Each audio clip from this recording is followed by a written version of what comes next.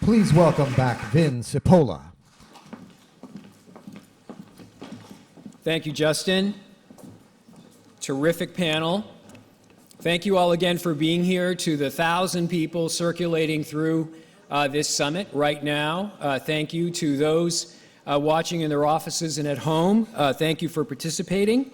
And so this next section, I'm going to improvise a little bit the introduction. This really is flanking an MAS program called CUE, the Committee for Urban Entrepreneurship, which is there to really look at the challenge of innovators and artists and entrepreneurs to function in the city, the intersection between entrepreneurship and land use. We're very proud of that initiative. Several of you are a part of it. It is doing very good work. And this session begins to address some of the principles of CUE and to look at economic diversity in the city. So there are three sections. The first is preserving the fabric of New York City's vanishing streetscape. And we are going to hear Jeremiah Moss. Jeremiah is anonymous in his work, so we actually don't know who he is. But we are going to hear him. So he is present with us in voice, spirit, and maybe somewhere in the audience. Jeremiah's section will contain the wonderful imagery of James and Karla Murray. The second section is Manhattan Sideways, exploring the stories behind the storefronts with Betsy Polavy. And then lastly, really taking on the subject of fostering economic diversity with MAS Director Carol Coletta and Deputy Mayor for Housing and Economic Development, Alicia Glenn. So with that, let's roll it. Thank you.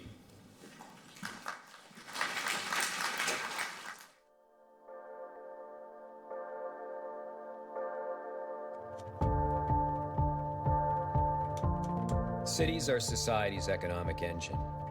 Places where people come to trade, make their fortune, create, consume, have a new experience, and find new friends, learn, and build a better life for their family.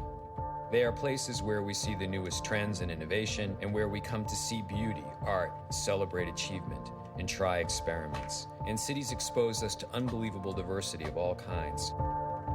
Who creates all the choices and diversity in the city? Well, entrepreneurs do, the risk takers, the solution makers. They come here to invent new ways of doing things, create new products, forge new services, to make people's lives easier, more fun, and productive. Entrepreneurs need real, productive, and affordable places to work and to live. True, whether they're artists makers producing a new piece of furniture or a startup exporter. They gravitate to dense neighborhoods, communities, and urban villages. Why? For stimulation and inspiration, for cheaper places to work and live, usually found in more mixed-use areas. New York City has attracted more entrepreneurs over 3 centuries than any other place in America. But we are concerned that New York's appeal is beginning to wane.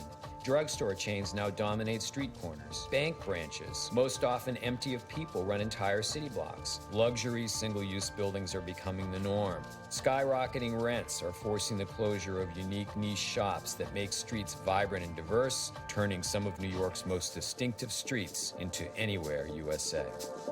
Has our hot real estate market squeezed out startups and creative industries that prefer smaller, flexible workspaces? Have our regulatory systems and legal requirements become too bureaucratic, squelching new ideas? And is the state of our infrastructure, including our public spaces, deterring people from bringing their startups here? For a city like New York to continue to be New York, we have to get this right.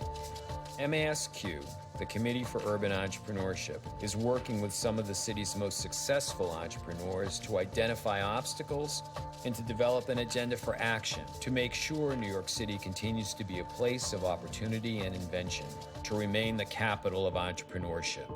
Please join us.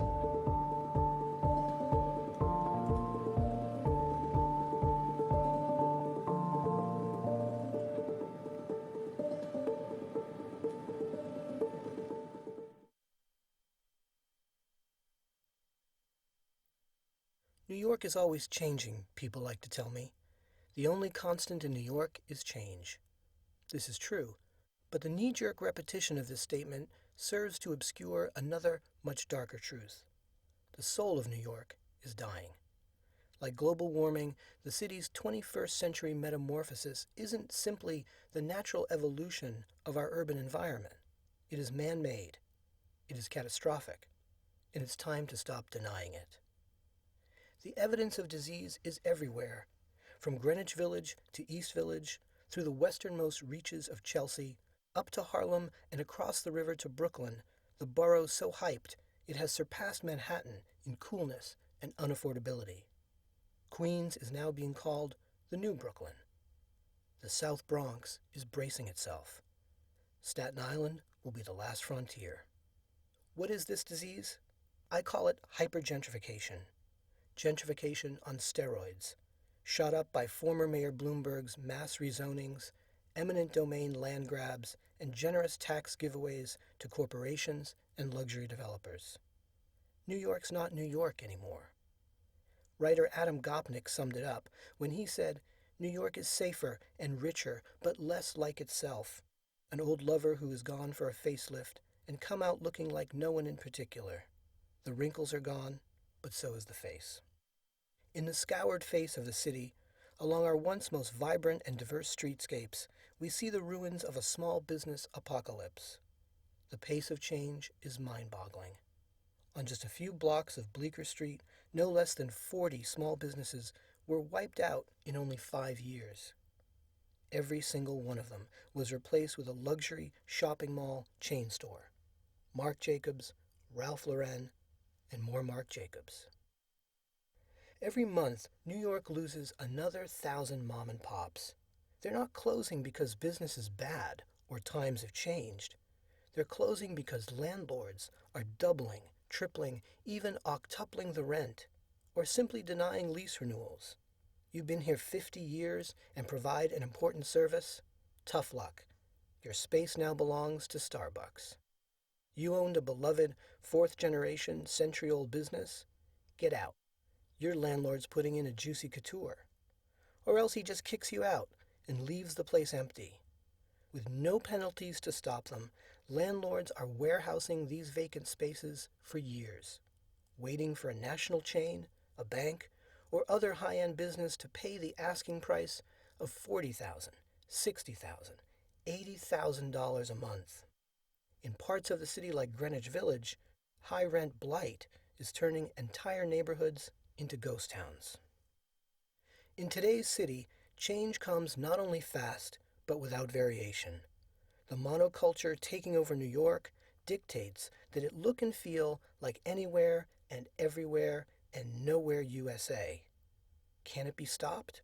Of course it can, but only if City Hall takes serious and immediate action. I founded the grassroots organization Save NYC to raise awareness of the problem and offer a few solutions. 1. Pass the Small Business Job Survival Act to give small businesses a fair chance when negotiating lease renewals. Every day, more members of the City Council are signing on. 2. Enact a rigorous citywide ordinance to control and limit the spread of national and international chain businesses. San Francisco's doing it, and other cities are following suit. 3. Give financial penalties to landlords who leave commercial spaces vacant for longer than 6 months. And 4. Start a cultural landmarks program to protect what little remains of the city's oldest and most beloved small businesses and cultural institutions. It's time to stop denying and pretending that this change is natural. It is not. It is the result of government policies. It is a choice that the leaders of this city have made and continue to make. We must ask ourselves, what kind of city do we want New York to be? Should it be a city for the wealthy few, for corporate titans and big banks? Should it be a city for the suburbanites who hate the grit and unpredictability of urban life? Or should it be what New York has always been, even through centuries of change?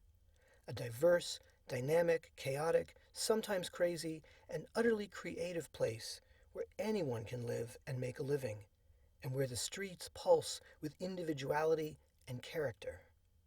New York should be New York, not Peoria. That kind of change most certainly means the death of this great city. It's time to do something.